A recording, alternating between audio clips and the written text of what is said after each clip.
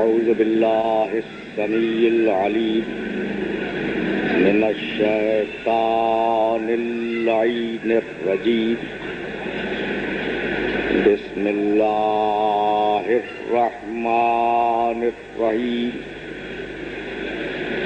الحمد لله الملك الحق المبين المتصاغر لعظمته جبابرة الطاغين المتخاضع لكبريائه عطاة المتمردين المعترف بربوبيته سائر الخلق أجمعين والصلاة والسلام والتحية والإكرام على أشرف النبيين وخاتم المرسلين سيدنا ومولانا أبي القاسم محمد وأهل بيته الطيبين الطاهرين المعصومين المظلومين أما بعد فقد قال الله سبحانه وتعالى في محكم كتابه المبين بسم الله الرحمن الرحيم إن الله يأمر بالعدل والإحسان وإيتاء ذي القربى وينهى عن الفحشاء والمنكر والبغي يعظكم لعلكم تذكرون. عزیزان محترم، سورہ نحل قرآن مجید کا 16واں سورہ ہے، اور اس سورے کی جس آیہ مبارکہ کی تلاوت کا شرف حاصل کیا گیا اس کا نشان 90. اس آیت میں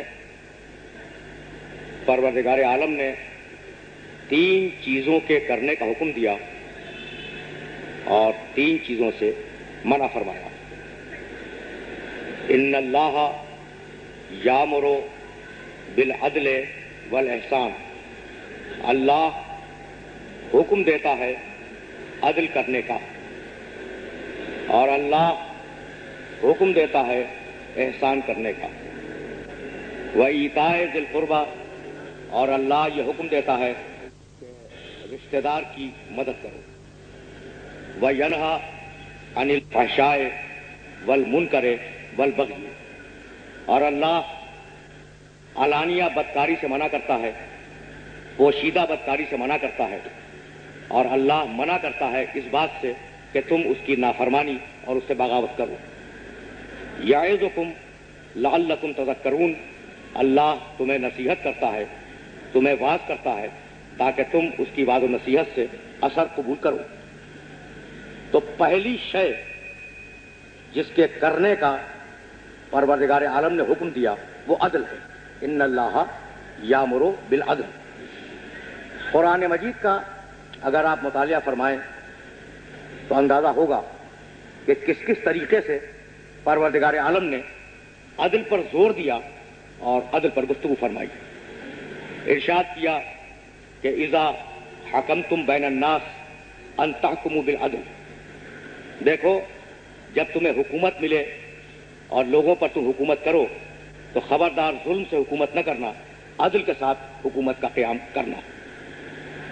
کسی اور مقام پر ارشاد فرمایا کہ لا یجرمنکم شنآن قوم علی اللہ تعدلوا اعدلوا هو اقرب للتقوی، کہیں ایسا نہ ہو کہ کسی قوم کی دشمنی تمہیں راہ عدل سے ہٹا دے. اعدلوا هو اقرب للتقوی، عدل کرو اس لیے کہ عدل ہی تقوی سے قریب ترین شے ہے. دنیا میں کوئی شے عدل سے زیادہ تقوی سے قریب نہیں ہے. تو اب میں نے اختصار کو مد نظر رکھتے ہوئے کل 3 آیتیں پیش کی جن میں پروردگار نے یہ حکم دیا انسانوں کو کہ تم عدل کرو. ان اللہ یامر بالعدل، اللہ حکم دیتا ہے عدل کا. اذا حکمتم بین الناس ان تحکموا بالعدل، جب لوگوں میں حکومت کرو تو عدل کے ساتھ حکومت کرو. اعدلوا هو اقرب للتقوی، بھائی دیکھو اپنی زندگی کو عدل کے سانچے میں ڈھالو، اس لیے کہ عدل ہی تقوی سے قریب ہے. سوال اس منزل پر یہ پیدا ہوتا ہے کہ قرآن نے انسانوں کو حکم دیا کہ عدل کرو، لیکن کسی مقام پر قرآن مجید میں یہ نہیں ہے کہ اللہ عدل کرتا ہے، جبکہ ہونا یہ چاہیے تھا کہ پہلے اس بات کا اعلان ہو کہ پروردگار عدل کرتا ہے، لیکن پورے قرآن میں کسی مقام پہ یہ نہیں ہے.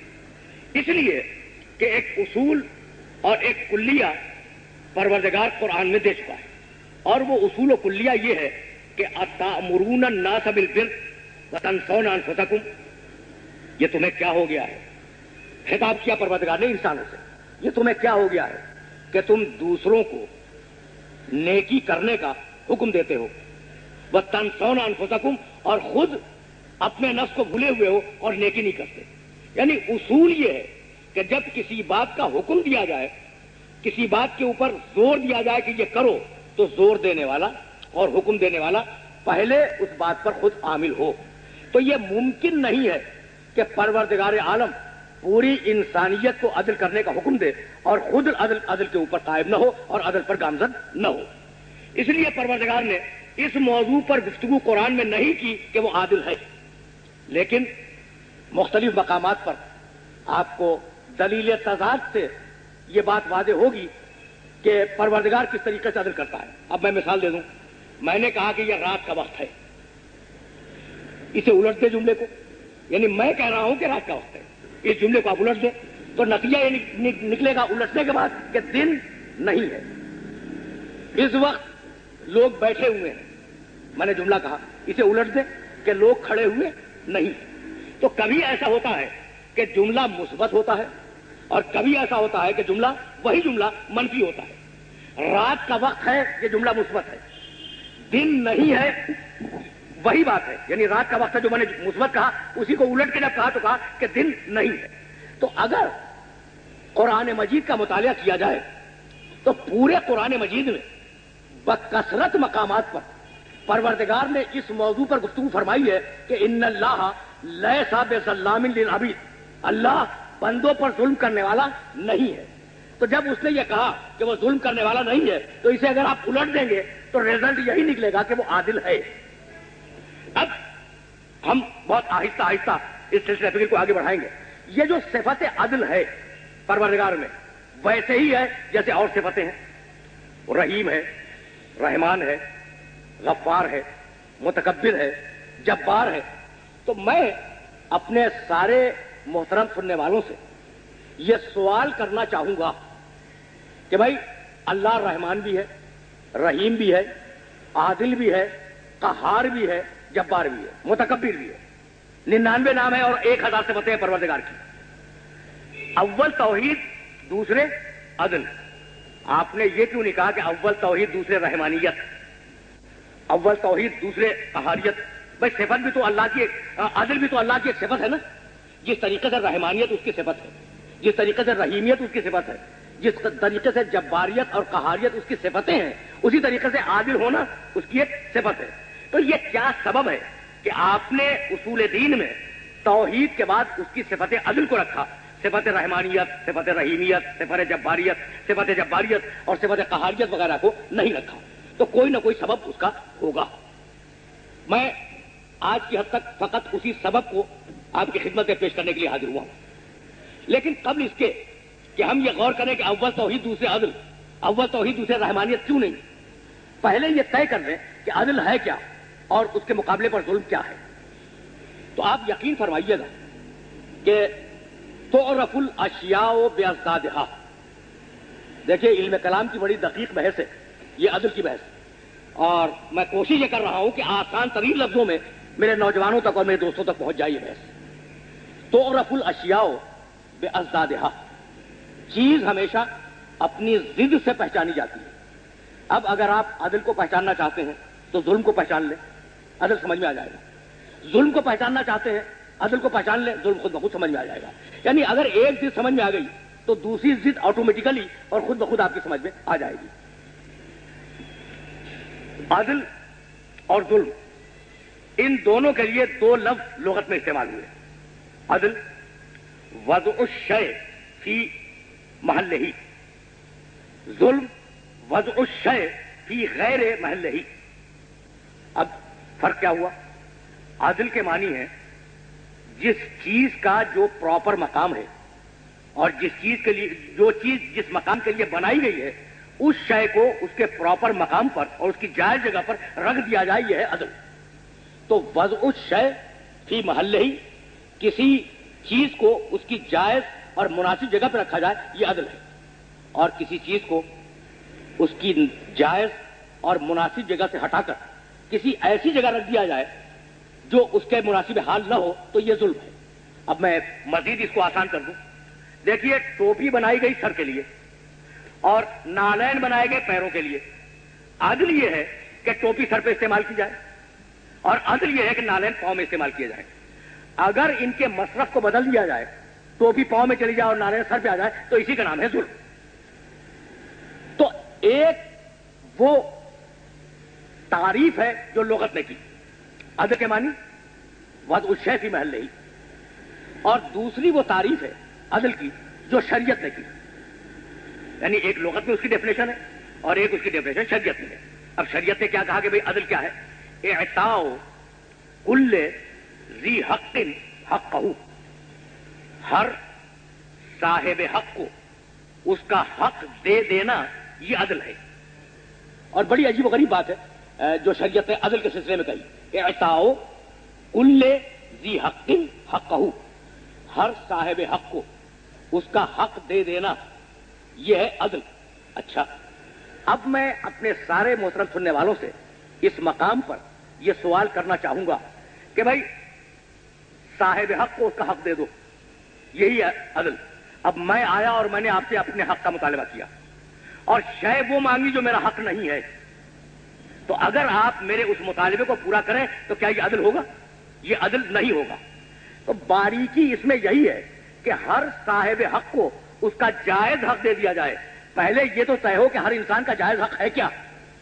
تو جائز حق کو انسان طے نہیں کر سکتا.